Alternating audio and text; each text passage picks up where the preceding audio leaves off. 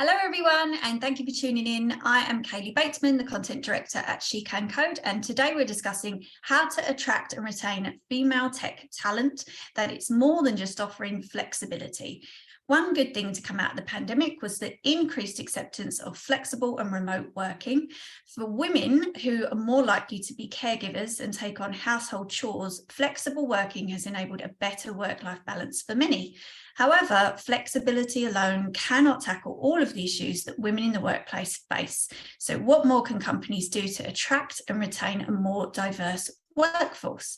Luckily, I have the wonderful Megan Barbier, Vice President, People and Culture at Jumio, with me today to discuss the shifting attitudes towards flexible working and much more. Welcome, Megan.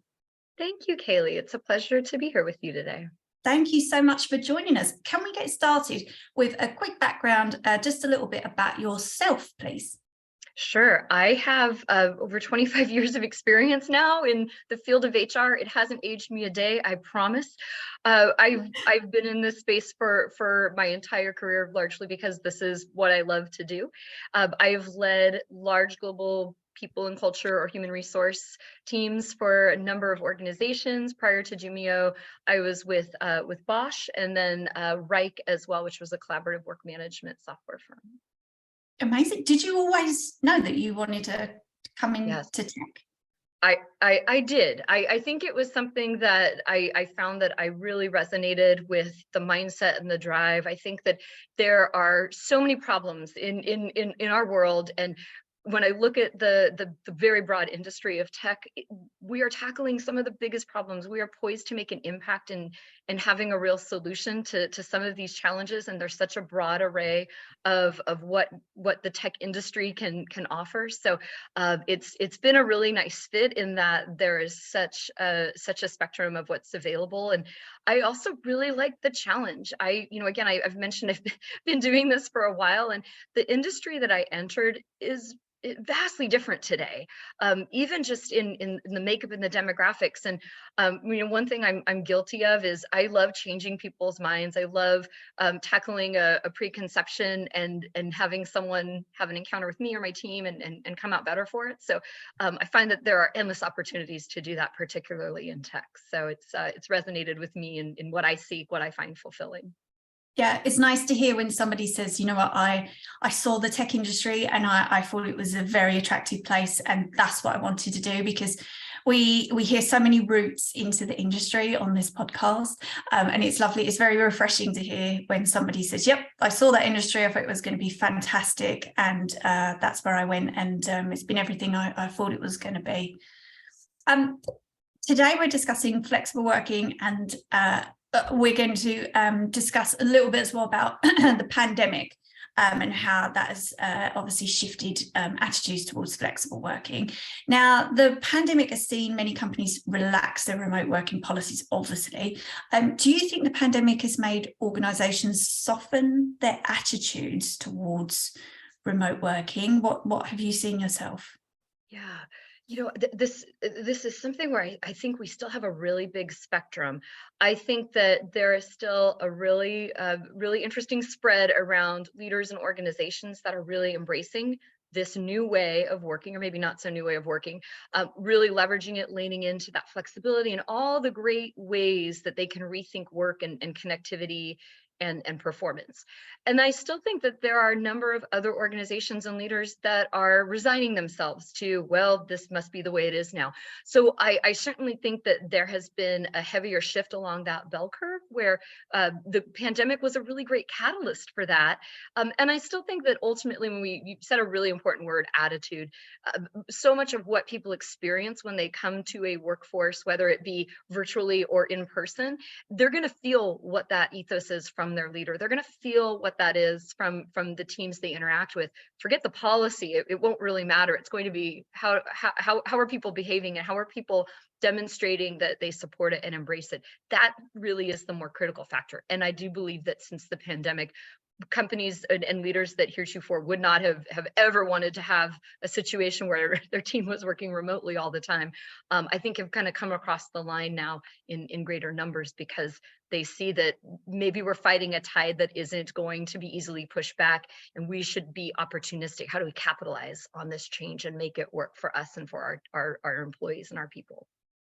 Yeah, it was, you're absolutely right. There's that feeling that you get from somebody, isn't there? When you're interviewing, or, you know, when we went into lockdown, I remember thinking how lovely it was that all of the team that I was working on at the time, everybody went home. And it was a different feeling of, instead of when you're the only one that's working from home because you need to take in a delivery or something, you know, can I have the afternoon working from home? And you always had that feeling that your manager or your team are thinking they're not working, you know. But when we all went home for the pandemic, it was far more relaxed, and you could just get on and feel that you were trusted. And I think that trust only really grew throughout lockdown, and everything is far more relaxed now. What was your experience at Jumio? What did you guys do? Were you working remotely before and just kind of just felt natural to you, or what happened there? Yeah, interestingly, I joined Jumio in the early days of the pandemic, thinking we'd be through it. And so the company that when I joined, we were very much in office first across all of our different regions. And it was a real stretch, I think, for some leaders to make that adjustment.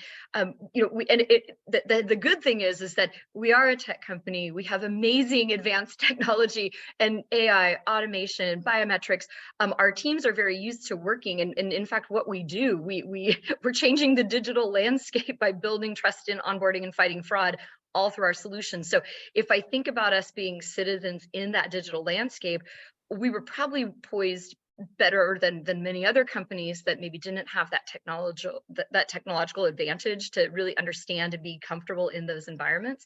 It was still, I think, a really big challenge. The culture that we've built over the last 2.5 years really has demonstrated that you can pivot, you can accelerate, not just, you know, languish and survive. You can accelerate through some of those changes if you understand, you know, what does it mean to be a good leader now? Am I open to maybe changing my definition of performance? Am I open to maybe changing how I'm used to my modus operandi of interacting with the team? We've, you know, explicitly asked our leaders to do all that, and they've risen to that challenge. And you'll see companies that have been successful and really, you know, advancing in spite of these pandemic or the hurdles that came up in the pandemic, are doing very, very well now. You know, we're still in an environment of a lot of, now we have other, you know, hurdles and other adversity, things cropping up with the economic situation and all kinds of other challenges in the talent market. But there is, you know, again, a resilience, I think, that the pandemic helped build. Yeah. Plus, you guys, your technology is super cool. It's like you just go home, you know, you can work remotely, you can fight crime remotely. It's all cool. With the skills gap in the industry, obviously, do you think that increasing female representation could help close that? Absolutely. The potential is there. I don't think just adding females into the mix will automatically do it. I think companies really have to cultivate a space where that can happen. You know, if you're throwing seeds out over a barren field and you're not watering it, it's not going to yield the crop you want.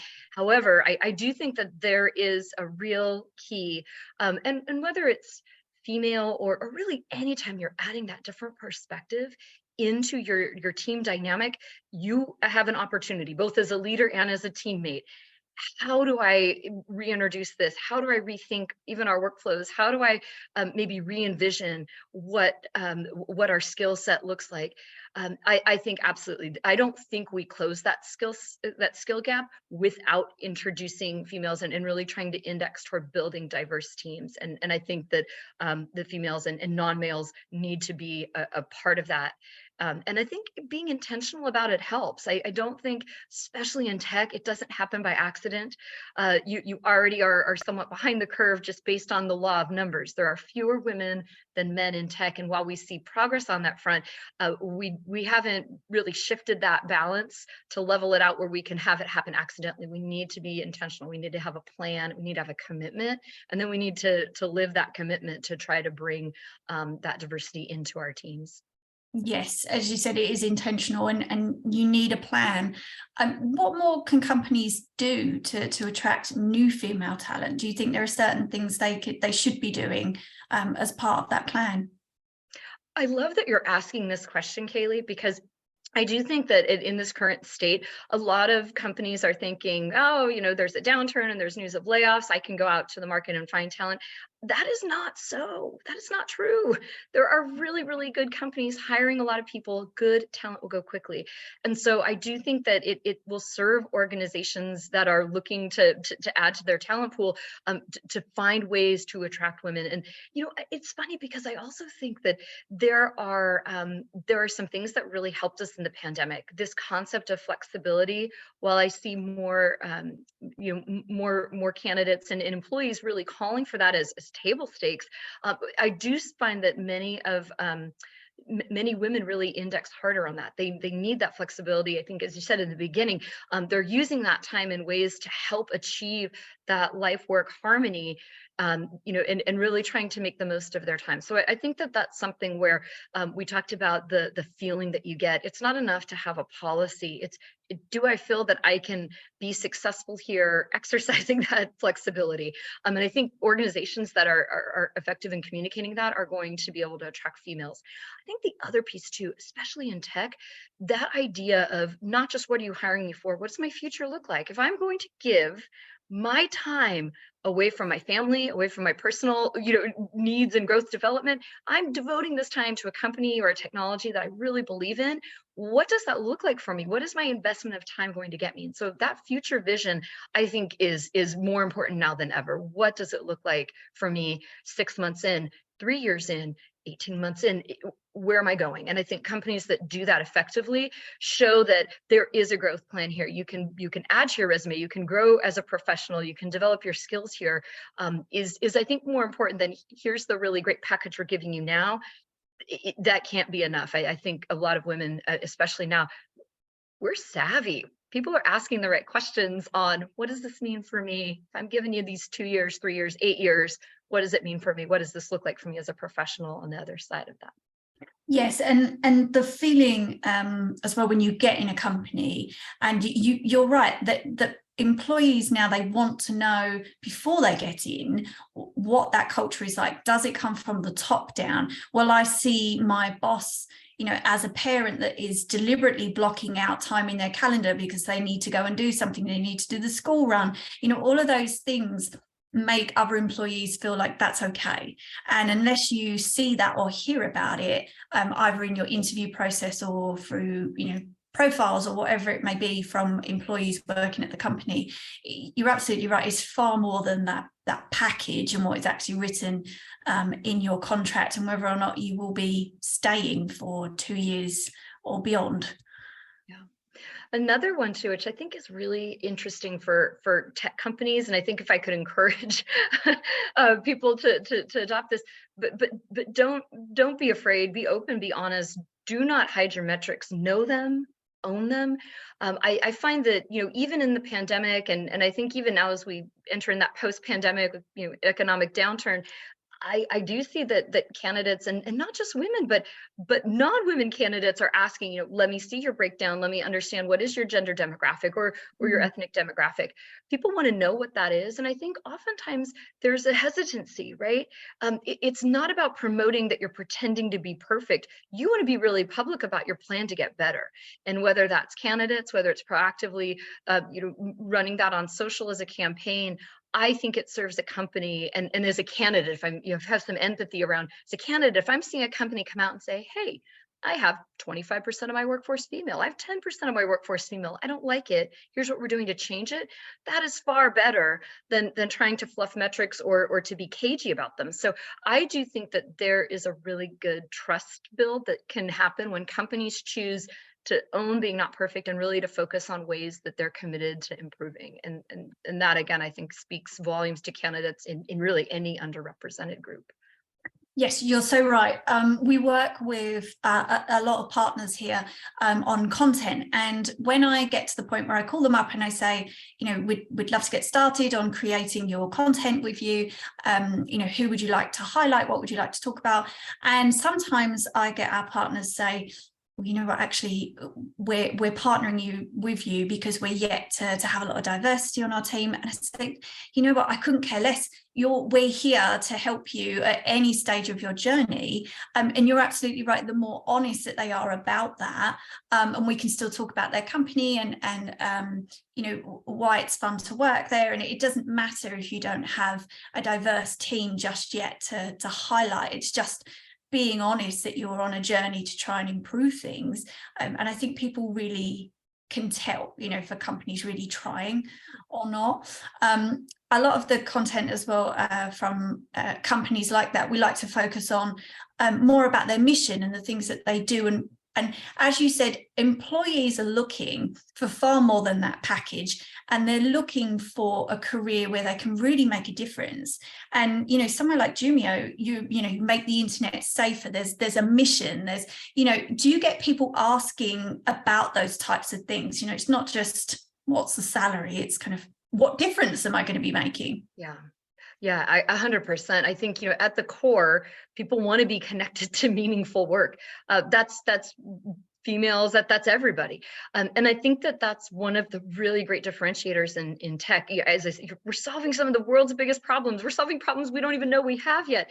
There is so much that you can do. And I think also, there's great enablement that happens with technology. A lot of ways it's flattened that playing field. And, again, now take another layer with the pandemic. Now we're going to disperse that workforce into another level playing field where your commute times, guess what? They're pretty much all the same if you're working from home. No one is sacked with a commute because they live in a suburb or an exurb because they don't have a salary or a family situation that allows them to live next to their office. So I think that there's these great equalizers that are coming, and I've seen that tremendously. People are almost, let's get to the salary later. That's the final step. Let me lock all these things down, and then if it's satisfied, then we'll engage in that offer stage. I'm seeing much more of that from the candidate side. I think we've been trending that way for a while. It certainly has accelerated, and I think even in 2023, heading into what's kind of an interesting and maybe uncertain labor market and I think economic situation, we're still going to see that. I think good talent, if you know you're good talent, you know your worth, you're asking those questions because, again, the other piece too is I can't tell you a single person that works in the tech industry that works 8 to 5. I really can't. It doesn't exist. People are giving their time. They're committing fully to the choice they make. And as an employer, you have an opportunity to really make sure that it's an equal trade, right? You're getting back what you're putting in, if not more. So, I think that again is from candidates' perspective in front of mind. What am I doing? How am I contributing as a person? How am I growing and changing for the better? Yeah, which I think before the pandemic was very much, when you interviewed, it would be kind of, what is that company offering me? Whereas I think there was just that shift suddenly on, and you're right, it is something that works both ways now.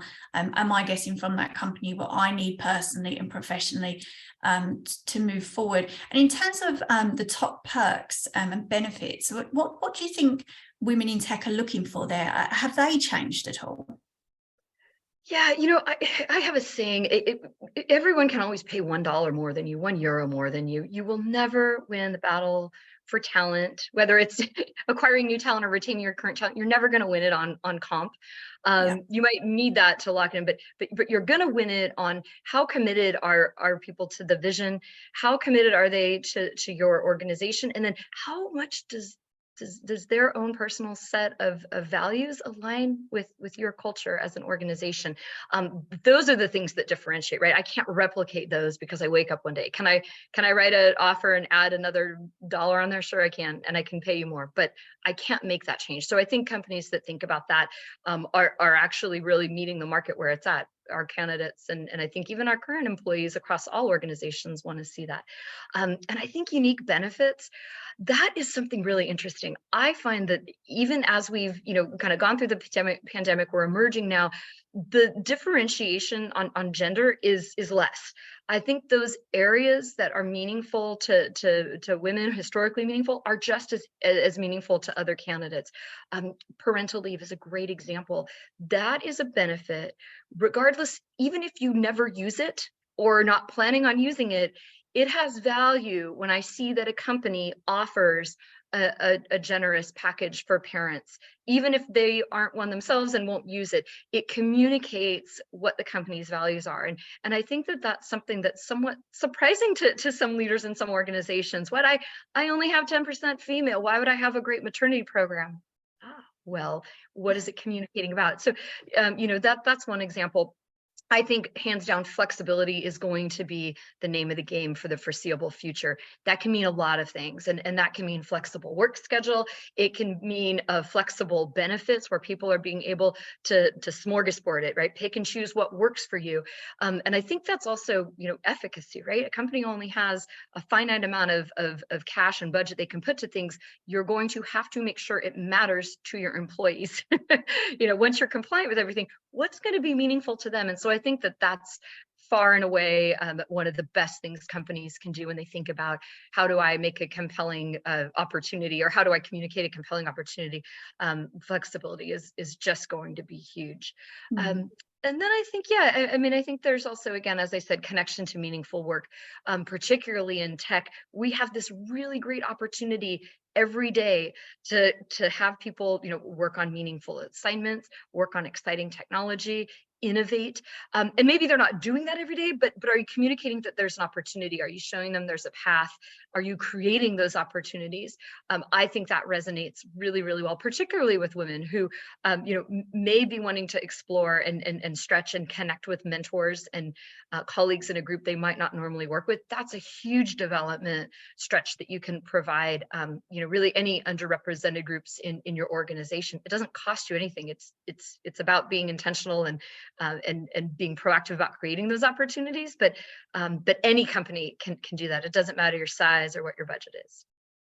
Yeah, I was going to talk to you a little bit, obviously, about the Great Resignation, which took hold of the market recently, and how companies can look to retain their staff. But there is some lovely things that you said there about what a company communicates. That's how they can retain their staff, because as you said, it's, even the parental leave, even if you don't use it, if you see that a company is that open and that flexible, when you need time, suddenly, something happens and you have to go and care for a loved one or whatever it may be, it might have nothing to do with parental leave.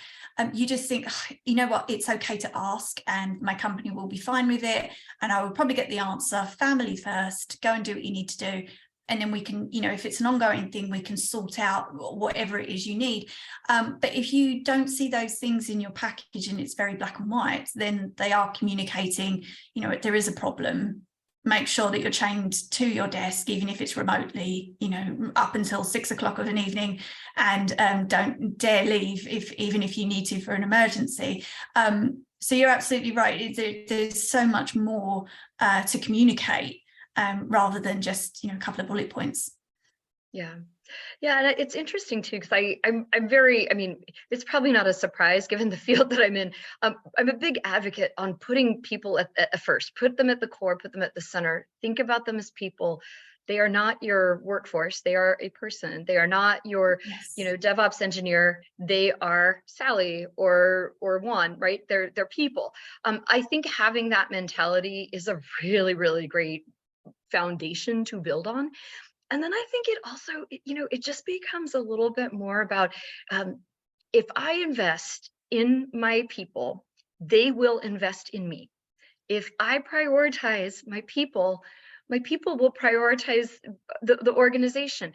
It's, not to sound like I'm oversimplifying it, there are really, really strong grains of truth. If somebody needs time to tend to their own wellness, if I provide that to them, they will come back refreshed and better able to deliver their best work. And so I think the question that all, not even just leaders, but I think even us as teammates and colleagues working with our peers and people outside of our team, how do we make sure that we're taking care of each other and communicating that that we're working together on something. I think that's a really amazing pull. Try to unseat somebody that's in an organization like that for another opportunity. It's gonna be pretty close to impossible. If you can create that connection as an employer, that great resignation is noise in the wind. It's really not going to be impacting your business motion. That said, you kind of need to figure out what that looks like for your organization. But again, that's a mindset. It's not really a budget item. It's how I think about something, which is anyone can choose to adopt that. I could wake up tomorrow and change what I'm doing by adopting that mindset versus I need to go through a budget cycle to get funds to do something radical. Changing your mindset could be radical enough. Yes, and that leads nicely into company culture and that mindset, because company culture, obviously, if the mindset of people is incorrect, or as you say, if they need time off, if they need some time just to do something for their own well-being, it all bleeds into your day-to-day company culture and your experience with your team members, what they say to you. And have you seen any examples of red flags when it comes to company culture? Yes. Oh, this is the horror story section, right? Where we can talk about all the crazy things. I've seen some stuff. I mean, it's interesting. And I will say that I've seen, and I've been part of really, really wonderful cultures as well. So it's really nice to kind of have the comparison of the two extremes. And I think, the theme that runs through it for me is, what a culture is. It's ultimately the culmination of your everyday activities. I'm sure that's a quote from someone other than me. I can't imagine I would have made that up. I feel like I've heard it before. It truly is, though. It's not about what I put on the wall. It's not about what I put out on social. It's about what I do and what my team does and what my leaders do each and every day. That is your culture. And sometimes, it's hard to pick that up if you're interviewing or if you're looking at it from an outside perspective. And yeah, I mean, I think that when you have these really nightmare stories of red flags in a culture, it's where those actions do not align with what is being said and what is being messaged. Am I living my values through my behaviors? What behaviors am I engaging in? What behaviors are my team members and my leaders engaging in? Do they line up with my own values? If there is a disconnect, that will be a nightmare culture, even if someone else might think it's a great culture and they're aligned. So, I think that that's something where know thyself, right? There are things that are really important to each of us as individuals. Some of them, it's okay to be uncompromising on, and it's okay to say, I'm that culture is not for me. It might be great for someone else, right? It doesn't mean that it's a bad company necessarily. It just might mean that you're going to spend a lot of energy and you're going to feel exhausted and ineffective if you are trying to line to a culture that doesn't line with you. And finding it out, right? That is, again, sometimes there's not a shortcut. I used to try to think maybe I'll write a book about shortcutting how to find a company culture. I think a lot of ways you can't. You do need to see, you need to observe, you need to see what that behavior is. The other thing too, which and maybe this is really might particularly resonate with women out there. Sometimes it is your gut, and that is not. Don't dismiss it, right? Those feelings are real, and it's probably worth, if you are having that question of, did I just make a mistake, or am I in the right place?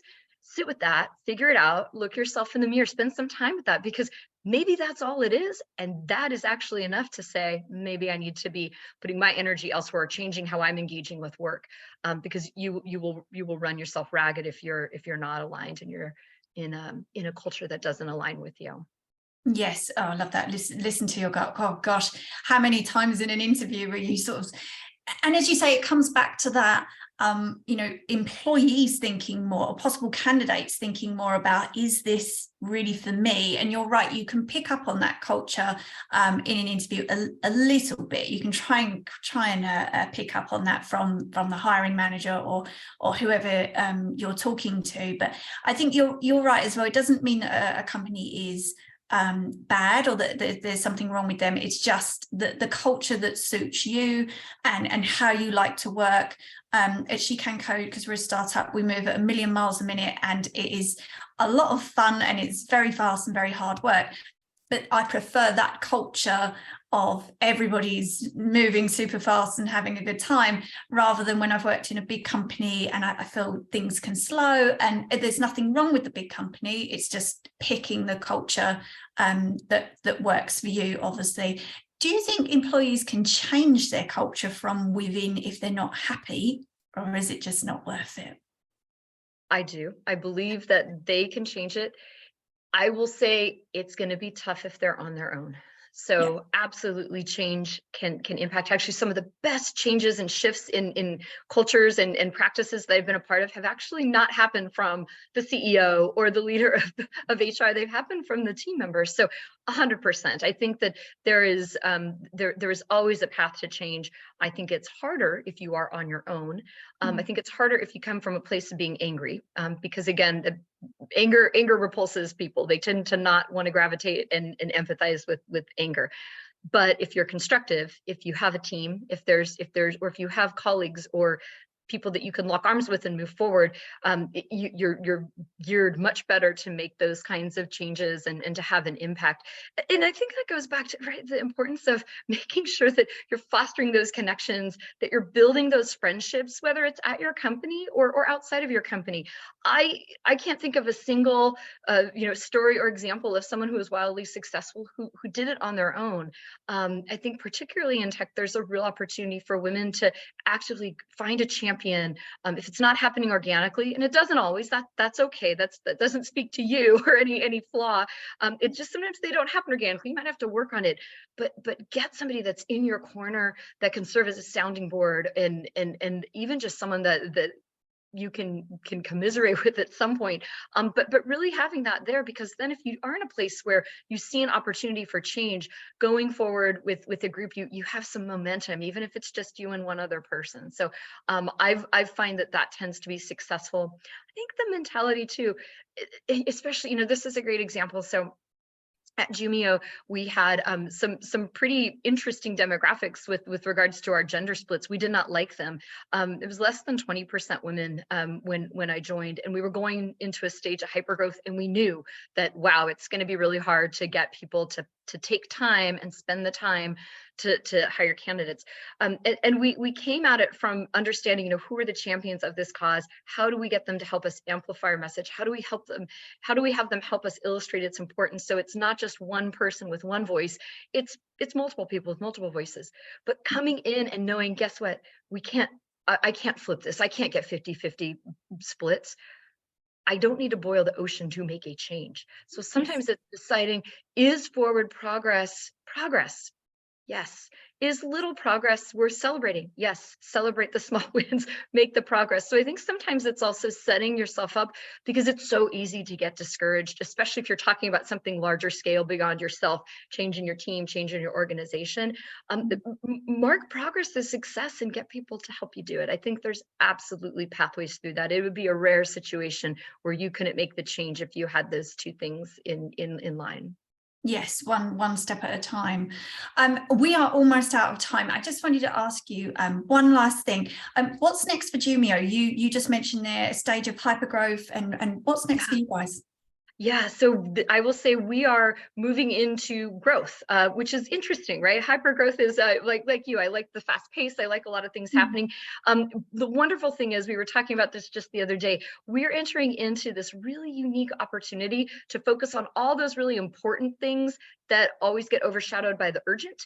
So 2023 and I think the next 4 to 6 quarters are going to be very hyper focused on making sure that we're strong in our ROI, we're strong in efficacy, we're strong in quality. It's less about speed and volume, both on the hiring side. I think even on the initiative side, it's more about fine tuning and honing what we've been working towards. And then the other really big push is, we're talking about engagement, and we're talking about how do we paint the long view of what opportunity looks like for Jumio, regardless of your level, regardless of your function or your location. And I think that's going to be a really big needle mover for us, because again, people have kind of come out of this really frenetic pace over the last, even 2 years for us. It's been a pretty intense move. Now we get to take stock of, are we making sure we're developing? Are we approaching our people intentionally with what do they need? And maybe that's really different even from what it was at this time last year. So keeping that engagement, keeping the people at the core is something we're going to continue to do. Gosh, it sounds like you've got a lot on your plate, and we would love to have you back another time for an update on how you guys are doing. But Megan, thank you so much. We are already out of time. Thank you, Kaylee. conversation has flown by. So thank you so much for chatting with us today. Grateful for the opportunity. And to everybody listening, thank you for joining us, and we hope to see you again next time.